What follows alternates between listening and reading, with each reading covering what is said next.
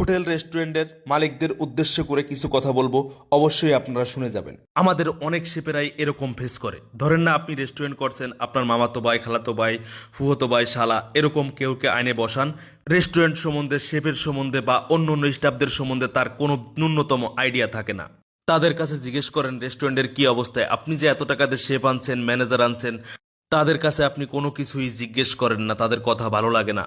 সে আপনার কাছে ভালো থাকার জন্য অনেক সত্য মিথ্যা মিলায়া বলে। আপনি সেগুলো বিবেচনা না করেই শেফের উপরে রাগ করেন, অভিমান করেন, শেফের সাথে খারাপ ব্যবহার করেন এবং যে চামচাটা আনেন আপনি, সে চামচাটাও আপনার পাওয়ার পরে শেফের সাথে খারাপ ব্যবহার করে। এত বছরের অভিজ্ঞতা নিয়ে যদি অপমান সহ্য করতে হয়, আমাদের এই লাইনে কাজ করার থেকে না করাটাই বেটার। বলি কি ভাই, শেফের সাথে কথা বললে বা সিনিয়র যাদের সাথে কথা বললে সুন্দরভাবে সমাধান হয়, এরকম একটা মাইন্ড সেট আপ রাখবেন। অবশ্যই যেহেতু আপনি এত টাকা দিয়ে রেস্টুরেন্ট করেছেন, আপনার অবশ্যই ব্রেন থাকবে, বুদ্ধি থাকবে, ভালো মন্দ বোঝার তৌফিক আল্লাহ আপনাকে দিবে। বলি কি ভাই, আপনারা যখন শেফ নেন তখন তো মিনিমাম 10 প্রকারের খাবার টেস্ট করেন, ইন্টারভিউ নেন, আমাদেরকে সুন্দরভাবে চেক। আমরা আগে কোন রেস্টুরেন্টে ছিলাম, সেল হতো কি না হতো, এগুলো আপনারা সবকিছু বিবেচনা করে তারপরে আমাদের অ্যাপয়েন্টমেন্ট লেটার দেন।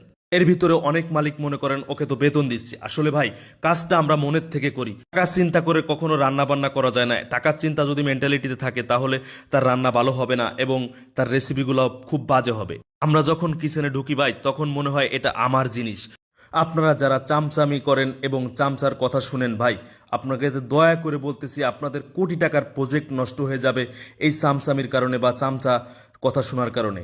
আপনারা অবশ্যই যারা চামচামি করেন তারাও করেন না, বা মালিকদেরকে সুন্দরভাবে যেটা বাস্তবতা ঘটে এরকম কিছু বোঝার তৌফিক দেন। অনেক মালিক আছে নতুন, তারা এই সম্বন্ধে জানে না, তাদেরকে ভুলভাল বোঝায় রেস্টুরেন্টটা পর লাস্টে যেয়ে বন্ধ হয়ে যায়। ভাই, আমার কথায় যদি কেউ মনে কষ্ট পেয়ে থাকেন, সুন্দর ক্ষমা দৃষ্টিতে দেখবেন। আমার ভিডিওটা যদি আপনার ভালো লাগে, অবশ্যই লাইক, কমেন্ট, শেয়ার করে অন্যজনকে দেখার সুযোগ করে দিবেন। আর আপনি কোন জেলা থেকে আমার ভিডিওটা দেখছেন, অবশ্যই কমেন্ট করে জানাবেন।